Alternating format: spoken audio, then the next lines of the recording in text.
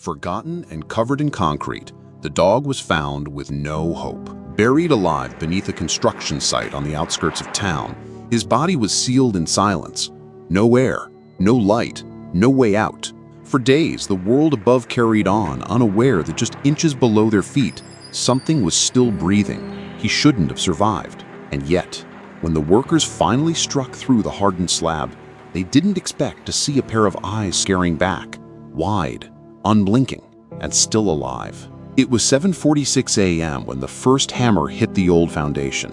The construction crew had been assigned to clear out the remnants of an abandoned lot that had sat untouched for over 2 years. Half-finished walls, twisted rebars, and a thick slab of concrete covered the ground like a tombstone for a project that had long since been forgotten. No one knew what had happened here. The permit had been revoked halfway through. Since then, it had just sat, fenced off, quiet, dead. Until now. The workers were halfway through cutting the slab when one of them paused. He swore he heard something. Not a crack, not a vibration, a sound, faint, muffled, like scratching. The others laughed it off. The ground doesn't scratch back, they said. But curiosity made him kneel. He pressed his ear to the concrete, and there it was again. A shiver crawled down his spine. He stood up, waved for the machine to stop, and signaled for help. The concrete saw roared to life again, carving slowly through the slab. Dust clouded the air. When they pried open the first panel, the space beneath looked like a shallow drainage pit, partially sealed off, but something was moving in the dark. At first, no one breathed. Then, a single paw, trembling and slick with grime, reached into the light. There, in a space no bigger than a suitcase, was a dog, bones visible beneath thinning skin, eyes sunken, but alive. He didn't growl, he didn't bark, he just blinked, slowly, cautiously, as if unsure if he was still dreaming. The crew backed away in disbelief. Emergency responders were called. A fire rescue team arrived within minutes, lowering oxygen into the hole before gently lifting the dog out. His body was limp, every rib showed, but his tail, barely, began to move. They rushed him to a nearby veterinary hospital. The vet on duty, Dr. Simone Harris, had seen her share of rescues, but nothing like this. The dog's temperature was dangerously low. He was severely dehydrated, suffering from shock, starvation, and early signs of organ failure.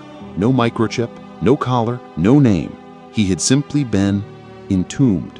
As they worked to stabilize him, one nurse whispered, "How did he even get under there?" That question would haunt everyone involved. Days passed. The dog, now named Chance by the clinic staff, fought for his life. He couldn't walk at first. He couldn't even lift his head. But each day he held on. And slowly, impossibly, he improved. Meanwhile, investigators turned their attention to the site. City records showed the building was abandoned mid-construction nearly 2 years earlier.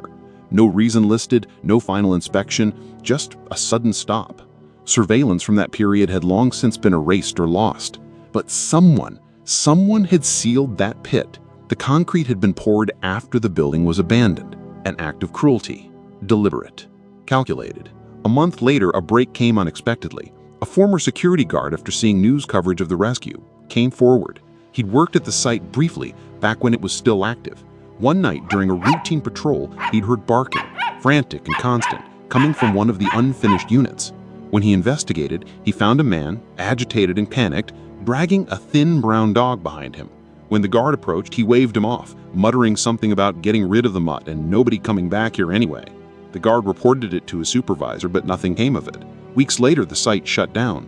He never saw the man or the dog again. The man he described matched a former site manager who had a history of animal abuse charges in another state. But by then, he was gone, moved, vanished. And yet the dog he left to die had survived. Word of Chance's story spread across the country. Photos of him in recovery, thin but alert, eyes bright with fight, captured hearts. Donations poured in, adoption requests flooded the clinic, but the staff wasn't ready to let go just yet. They knew this was more than just survival. This was a return from a place no living thing was meant to come back from. 2 months after he was pulled from the concrete, Chance took his first steps outside. It was early morning. The sun was just rising. He stood, shaky but determined, and walked across the grass for the first time in what might have been years. No one knows exactly how long he was under. No one knows how he clung to life in complete darkness, with no food, no water, no air. But he did. He was buried, he was forgotten, and he was never meant to be found. But someone did find him. And when they broke through the slab and looked down into that dark, narrow space, what stared back wasn't just a dog. It was hope, unyielding, quiet, still breathing. Because even when the world covers you in silence, even when the concrete hardens above your head, sometimes, against every odd, life doesn't give up, and neither did he.